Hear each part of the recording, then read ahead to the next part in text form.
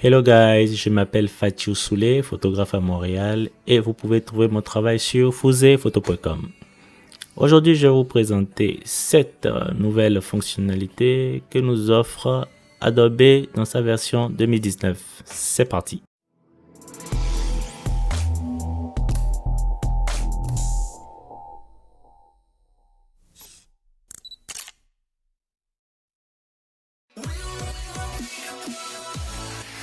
Alors, si vous n'êtes pas des super matheux et que vous avez quand même envie de faire des opérations élémentaires, vous pouvez quand même le faire avec la nouvelle version. Si par exemple vous voulez diminuer du quart votre opacité ou peut-être doubler la taille de votre pinceau, ou un cas un peu plus pratique, nous allons essayer de doubler la zone de travail. D'accord? Donc il suffit d'aller dans Image, ok, on ira dans taille de la zone de travail.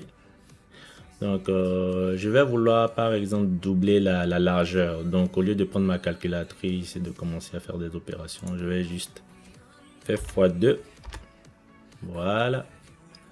Et je vais vouloir doubler la partie gauche. Je fais OK. Et vous voyez tout de suite la zone de travail s'est multipliée par 2. Donc c'est assez pratique si par exemple je veux ajouter une image. Donc je prends une image par exemple, je l'ajoute.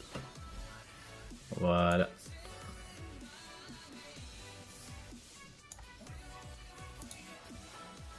Et voilà, là nous avons nos deux images collées. Parfait. Imaginez par exemple que nous avons ce design, ok, et nous voulons insérer peut-être une image juste à un endroit très précis, ok. Il suffit que je sélectionne ici, ok, l'outil d'image, voilà, et je vais me définir une zone très précise où j'aimerais que mon image s'intègre, ok. Donc c'est très facile à faire, je vais juste chercher l'image dont j'ai besoin. Et il suffit que je l'insère directement sur le cadre. Et c'est aussi simple que cela. L'avantage de cette méthode, c'est que déjà, l'image ne pourra pas dépasser la zone que je lui ai allouée. Ce qui est très pratique si par exemple vous faites du design ou vous êtes graphiste. Ok, donc je pense que c'est une méthode qui est vraiment très avantageuse. Donc voilà.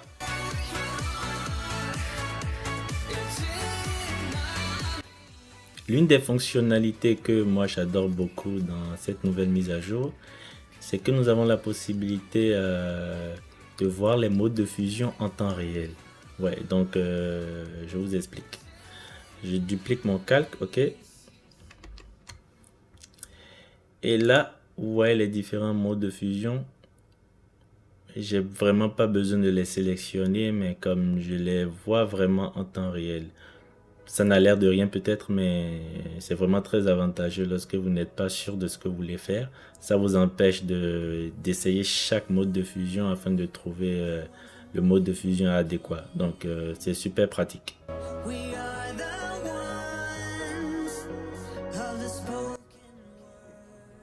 L'outil que j'adore particulièrement dans cette nouvelle mise à jour, c'est le fait de pouvoir enlever des éléments de notre image qui sont un peu inutiles.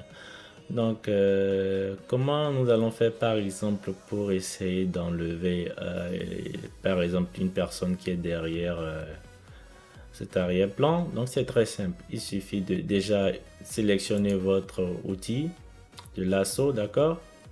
Et essayer de contourner la personne, ok. Essayez d'être un peu plus précis. Bon, moi, je n'ai pas le temps, donc je vais faire ça un peu vite. Voilà. Ok. Donc là, nous avons sélectionné notre individu, d'accord. Donc ce que nous allons faire, nous irons dans édition et nous allons choisir remplissage d'après le contenu. Ok.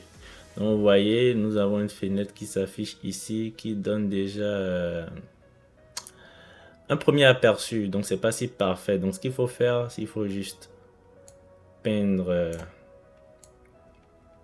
les parties que vous vouliez conserver. Ok, donc c'est ce que je fais. J'essaie de peindre, d'enlever. Et vous allez voir qu'au fur et à mesure, Photoshop va faire une mise à jour. Ok, il va s'adapter un peu. Voilà. Donc, j'essaie de peindre. Parce que ce que Photoshop va faire, il va essayer de trouver des parties et de les copier. Mais comme c'est à moi de lui dire que je ne veux pas qu'il aille dans cet endroit-là. Ok. Donc voilà, donc vous voyez un peu, ça s'est fait en moins de 30 secondes. Donc c'est un outil assez cool, je trouve ça. C'est pas super parfait, mais quand même ça nous aide à gagner du temps quand même. Voilà.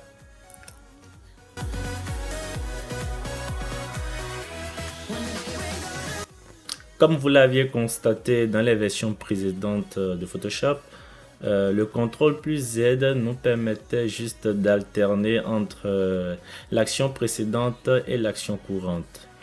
Donc c'est un problème qui était majeur dans le sens où les autres logiciels ne respectaient pas vraiment cette philosophie. Et heureusement, Photoshop pour cette nouvelle version nous a offert un cadeau. Donc je me demandais pourquoi ça s'est pas fait depuis si longtemps. Donc si par exemple je fais une action successive, donc 1, 2, 3, 4, 5, 6, 7, 8, bon bref, 9, vous avez compris. Donc en appuyant sur CTRL Z de façon successive, vous voyez que j'arrive à annuler toutes les actions. Ce qui serait impossible dans les versions précédentes car il fallait en fait appuyer sur CTRL ALT plus Z. Donc je trouve que c'est quand même assez cool.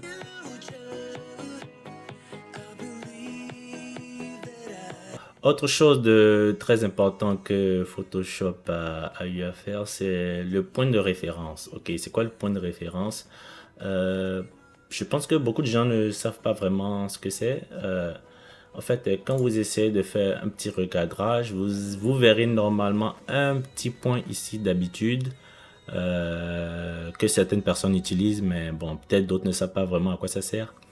Mais ce que Photoshop a fait, Photoshop l'a enlevé. Oui, pourquoi? Parce que en fait, beaucoup de gens pendant leur redimensionnement le bougent un peu partout sans savoir vraiment à quoi ça sert.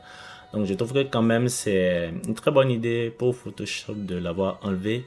Mais par contre, pour ceux qui ont l'habitude de l'utiliser, ils peuvent tout le temps le réactiver. Il suffit d'aller dans édition, préférences. Après préférences, aller dans outils, ok. Et juste activer ici, afficher le point de référence lors de l'utilisation de la transformation. Donc voilà, et normalement si j'essaye de redimensionner, et voilà, notre petit point de référence réapparaît. Donc une petite parenthèse, ça peut servir à quoi? Si par exemple à la base mon image était sur les tiers, c'est-à-dire je définis comme ici point de référence les tiers, vous voyez un peu. Donc quand je vais me tenir la touche Alt, quel que soit le redimensionnement que je ferai, ok, vous verrez que ce point de référence restera toujours sur le tiers de l'image. Très pratique plutôt si vous avez par exemple une image à redimensionner, mais par contre vous voulez toujours que le sujet reste sur le tiers de l'image. Je trouve que c'est quand même une très bonne pratique. Donc voilà.